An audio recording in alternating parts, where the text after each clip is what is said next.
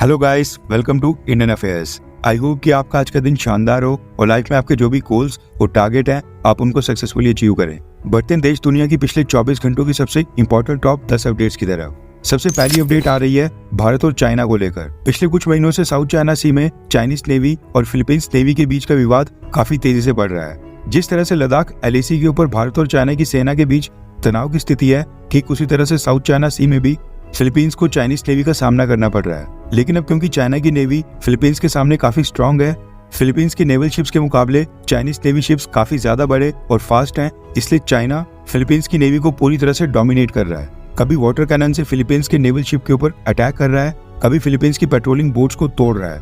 और रिसेंटली तो Chinese navy की ट्रूप्स ने फिलीपींस नेवी की पेट्रोलिंग बोट के अंदर ही घुसकर सारे सिस्टम्स तोड़ दिए थे।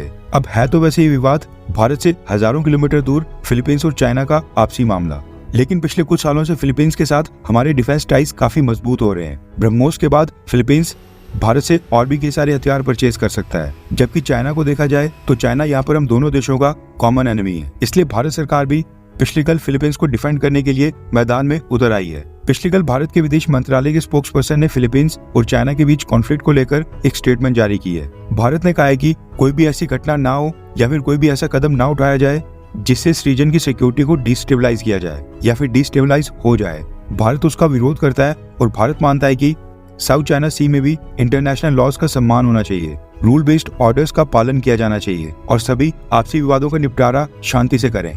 और भारत चाहता है कि इस पूरे रीजन में शांति हो। आज की सेकंड अपडेट आ रही है United nation human right commission और भारत को लेकर। अभी कुछ ही दिन पहले भारत सरकार ने अरुंधति रॉय और सेंट्रल यूनिवर्सिटी ऑफ कश्मीर के फॉर्मर प्रोफेसर शेख शौकत हुसैन को प्रोसिक्यूट करने का फैसला किया था। इन दोनों के ऊपर UAPA यानी कि अनलॉफुल एक्टिविटीज प्रिवेंशन एक्ट के तहत FIR दर्ज की गई है, जिसमें जमानत तक का कोई प्रावधान नहीं होता है। ये दोनों ही साल 2010 में पब्लिक स्पीचेस के दौरान ये दावा कर चुके हैं कि कश्मीर भारत से अलग है और कश्मीर के ऊपर भारत की सेना ने जबरदस्ती कब्जा किया हुआ है और कश्मीर को आजाद करके भारत से अलग कर देना चाहिए। इसके अलावा भी ये दोनों कई सारी कंट्रोवर्शियल स्टेटमेंट दे चुके हैं, लेकिन न्यूज इनके बारे में नहीं है। अब जब दिल्ली के लेफ्टिनेंट गवर्नर के आदेश के ऊपर अरुंधति रॉय और शेख शौकत हुसैन के ऊपर कार्रवाई हो रही है, इसके बीच में कूद पड़ा है United nation human right commission. UN human right commission ने भारत को लेकर स्टेटमेंट जारी की है और स्टेटमेंट में कहा है कि एंटी टेरर लॉज और UAPA का इस्तेमाल करके आलोचना करने वाले लोगों को भारत में जो चुप कराने की कोशिश हो रही है, उसको लेकर हम बहुत ही चिंतित हैं। भारत में ह्यूमन राइट्स यानी कि मानव अधिकारों को डिफेंड करने वाले जिन भी लोगों को डिटेन किया गया है, उनके ऊपर लगाए गए कानूनों को दोबारा से रिव्यू किया जा रहा है, उनका जेल से रिलीज को रोका जा रहा है।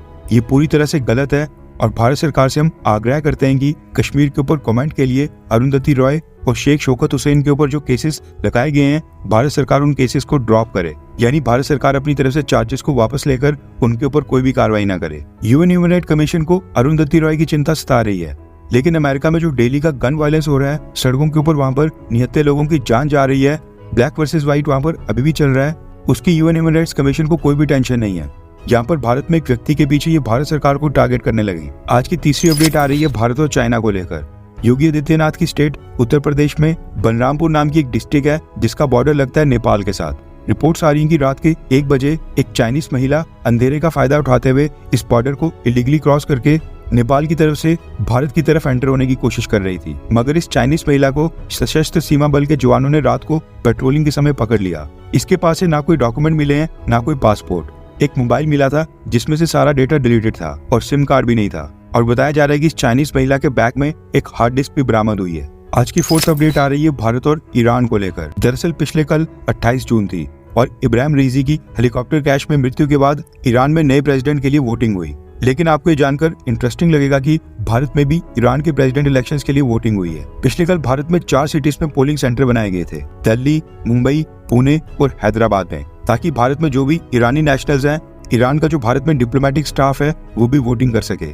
एक डेटा के मुताबिक ईरान के 3000 लोग आज की डेट में भारत में प्रेजेंट है। ईरान के एम्बेसडर इराज इलाही ने भारत की सरकार को ये वोटिंग कंडक्ट करने के लिए थैंक्स बोला है, यानी कि धन्यवाद किया है। आज की 5th अपडेट आ रही है इटली और भारत सरकार को लेकर।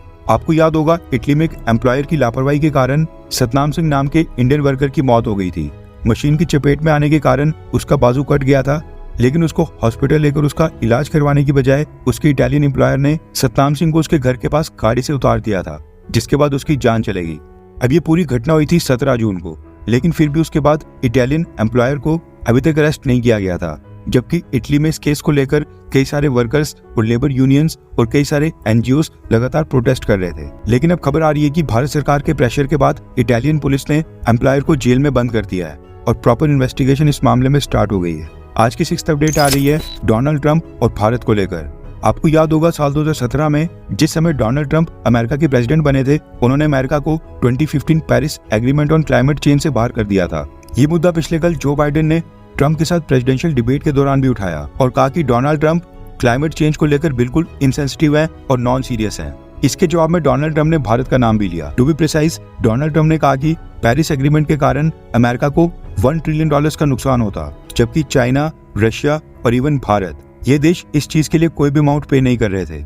अमेरिका इसके कारण बर्बाद हो जाता और मैं पेरिस अकॉर्ड से बाहर इसलिए निकला क्योंकि मैं अमेरिका के पैसे वेस्ट करना नहीं चाहता था और कोई भी पे नहीं कर रहा था, इसलिए उस समय वो इस एग्रीमेंट से बाहर चले गए थे। आज की 7th अपडेट आ रही है गोवा से, जहाँ पर फॉरेनर टूरिस्ट का सबसे ज्यादा फुटफॉल आता है। आपको पता है कि स्कूल्स, पूजा स्थल जैसे कि मंदिर, मस्जिद, एजुकेशनल्स और रिलीजियस इंस्टीट्यूशंस, इन सब के 100 मीटर्स की दूरी तक बार और शराब ठेके नहीं खोले जाते हैं और इनकी परमिशन नहीं दी जाती है। अब इस फैसले को रिवर्स करते हुए गोवा की गवर्नमेंट ने फैसला किया है कि वो एजुकेशनल और रिलीजियस इंस्टीट्यूशंस के 100 मीटर्स के रेडियस के अंदर भी बार और ठेके खोलने की परमिशन देंगे, यानी इनके लाइसेंस बांटेंगे। अब इस चीज के कारण गोवा की सरकार की काफी आलोचना हो रही है, इसलिए गोवा की सरकार ने अपने बचाव के लिए एक बहुत ही अजीबोगरीब तर्क दिया है। गोवा की सरकार का कहना है कि ये जो एजुकेशनल और रिलीजियस इंस्टीट्यूशंस के 100 मीटर के रेडियस के अंदर नए बार और नए ठेके खोले जाएंगे, इनकी लाइसेंस फीस नॉर्मल वालों से 2 गुना होगी, यानी डबल होगी। डबल लाइसेंस फीस पे करने के बाद भी अगर कोई खोलना चाहेगा तो वो परमिशन दे देंगे। अब ये कितना सही है कितना गलत, नीचे कमेंट करके अपनी राय जरूर बताएं।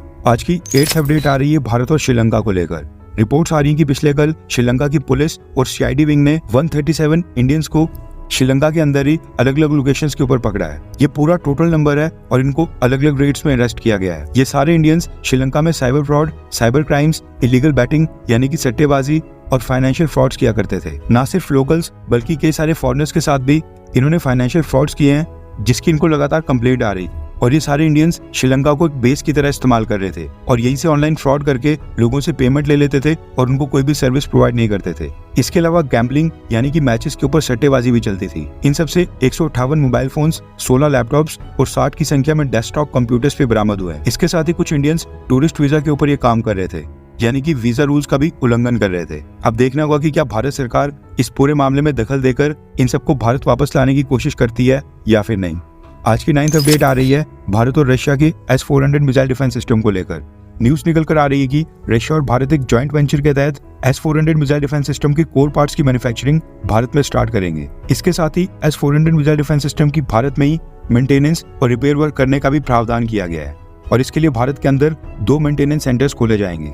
अब ये चीज इसलिए पॉसिबल हो पाई है क्योंकि आज की डेट में भारत के पास रशिया के सामने बार्गेनिंग पावर बहुत ही ज्यादा बढ़ गई है। हम रशिया से 40 से 50 बिलियन डॉलर्स की इंपोर्ट्स कर रहे हैं, इसलिए रशिया इतनी आसानी से मान गया है। अब इससे भारत को बेनिफिट ये होगा कि कल को वॉर के समय S-400 मिसाइल डिफेंस सिस्टम के अंदर अगर कोई भी खराबी आती है, कोई स्पेयर पार्ट कम पड़ता है, तो हमें रशिया के ऊपर निर्भर नहीं होना पड़ेगा। हम S-400 मिसाइल डिफेंस सिस्टम का सारा काम भारत में ही कर सकेंगे। आज की 10th अपडेट आ रही है SCO समिट को लेकर। पिछले कल भारत सरकार ने घोषणा की है कि 3 से 4 जुलाई तक जो कजाकिस्तान में SCO समिट होना है, उसके लिए भारत की तरफ से हमारे विदेश मंत्री डॉक्टर जयशंकर सर जाएंगे।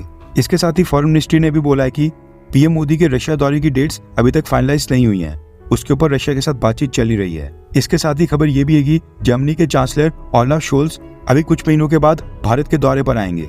उनकी विजिट को लेकर भी डेट फाइनलाइज हो रही है और हो सकता है कि जब वो भारत आए उस समय भारत और जर्मनी के बीच न्यूक्लियर सबमरीन्स की डील फाइनलाइज हो जाए। आज के लिए बस इतना ही। जय हिंद, वंदे मातरम।